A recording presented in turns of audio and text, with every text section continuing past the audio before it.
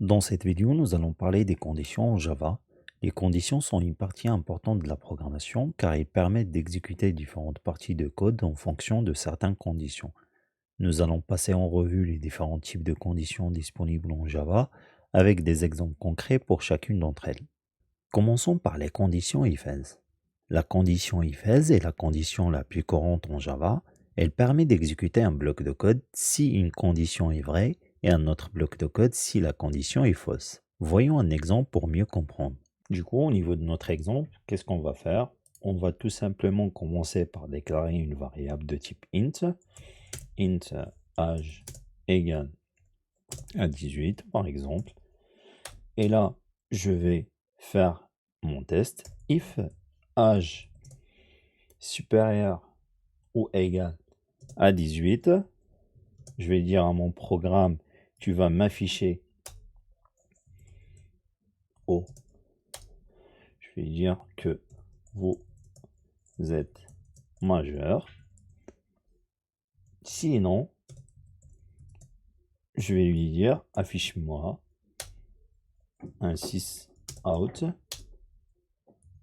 le message, vous êtes mineur. Le programme, qu'est-ce qu'il va faire? Il va tout simplement regarder si la variable âge est supérieure ou égale à 18.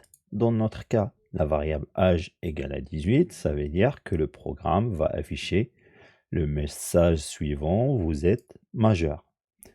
Pour tester, tout simplement, on va faire un bouton droit, Run As, Java Application, on va enregistrer, et là, comme vous voyez, le programme nous a sorti le message vous êtes majeur. Il est important aussi de noter que les conditions if-else peuvent être imbriquées les unes dans les autres pour permettre des conditions plus complexes. Passons maintenant à la condition switch. La condition switch permet d'exécuter des instructions différentes en fonction de la valeur d'une variable. Cette condition est utile lorsque l'on a plusieurs options possibles pour la même variable. Voyons un exemple pour mieux comprendre. Alors, notre exemple dit quoi? J'ai tout simplement créé une variable note de type entier qui a la valeur 3. Ensuite, j'ai utilisé l'instruction de contrôle switch pour évaluer la valeur de la variable de notre variable note. Et ensuite, j'ai spécifié 3 cas différents. J'ai dit si, par exemple, notre variable note égale à 1, tu vas m'afficher le message mauvaise note. Si la variable note égale à 2, tu vas m'afficher le message note moyen. Si la variable note égale à 3, tu vas afficher bonne note. Et si, par exemple, si la variable note n'est pas égale à 1 ou 2 ou 3, normalement, le bloc d'instruction default va être exécuté. Dans notre cas, la variable de note égale à 3. Du coup, le programme va nous afficher bonne note. Pour tester, tout simplement, on va commenter le premier exemple. Hop, non. On va tout simplement faire ça, commenter le premier exemple et faire le test de notre deuxième exemple.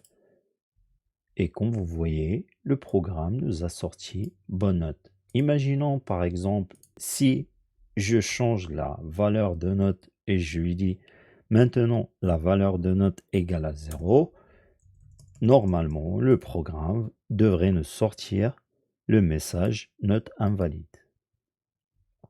Je vais refaire mon test et là, comme vous voyez, nous a sorti note invalide. Si par exemple je change la valeur de note à 2, le programme devrait nous sortir le message note moyenne. Et comme vous voyez, on a note moyenne. Passons maintenant à la condition ternaire. La condition ternaire, c'est quoi? C'est tout simplement une façon agrégée d'écrire une condition if-else. Elle permet de simplifier le code en écrivant une condition sur une seule ligne.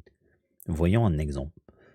Dans cet exemple, j'ai tout simplement essayé de refaire notre premier exemple qu'on a fait, qui détermine si une personne est majeure ou mineure avec les expressions ternaires. Pour commencer, qu'est-ce que j'ai fait? J'ai déclaré une variable message de type string et je lui ai affecté l'expression ternaire âge supérieur ou égal à 18, point d'interrogation. Le premier message, vous êtes majeur, 2 points, vous êtes mineur.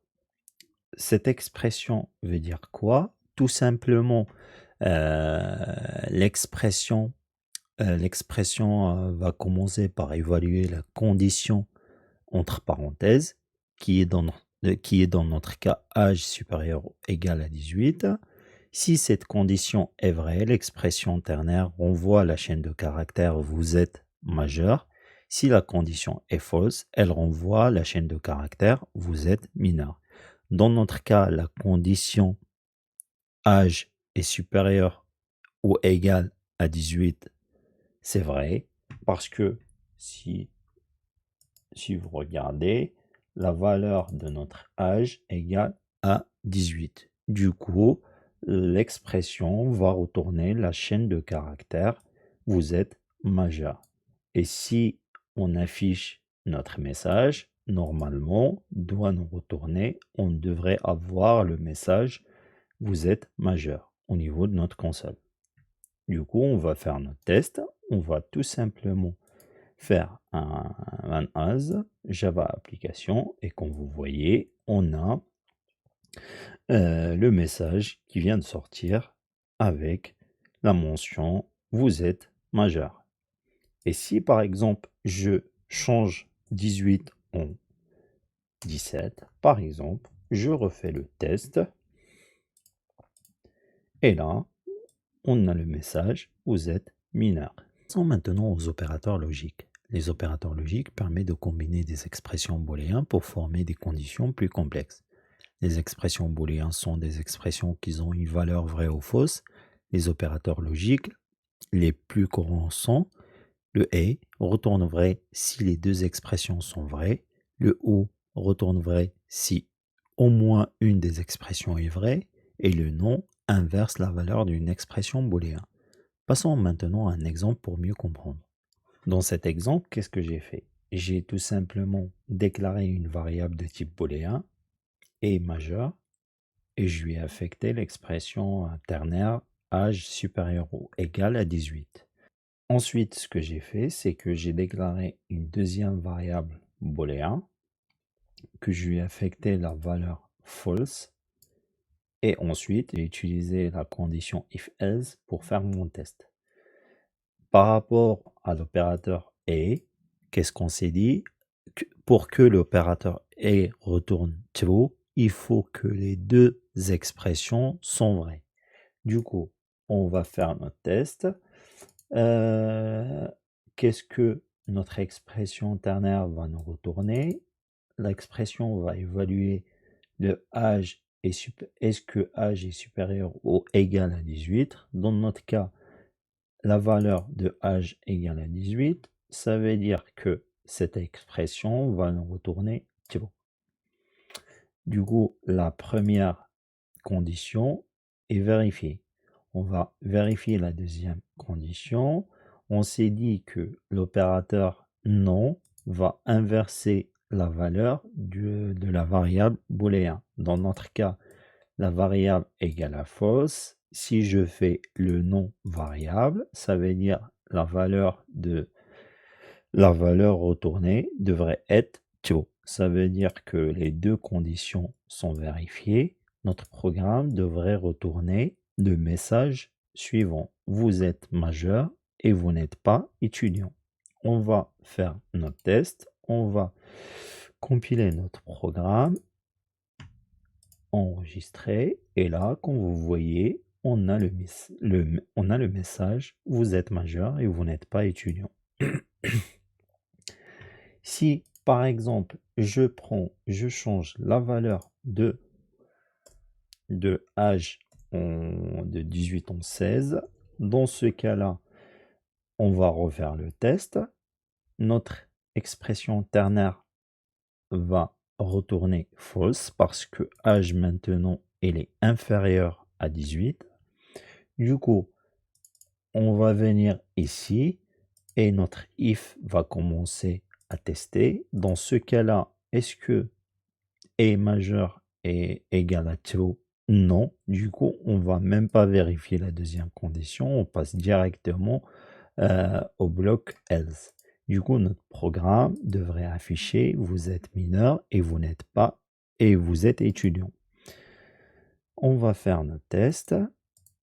Et là, comme vous voyez, vous êtes mineur et vous êtes étudiant.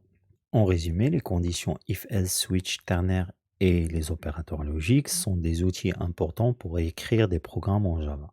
En utilisant ces structures de contrôle, vous pouvez rendre vos programmes plus flexibles et vous adapter à différentes situations.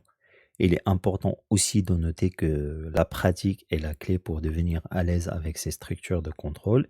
Essayez d'écrire des programmes simples en utilisant ces conditions pour vous entraîner et vous familiariser avec elles.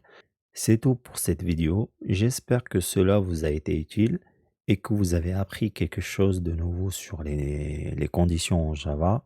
Et je vous dis à bientôt dans la prochaine vidéo.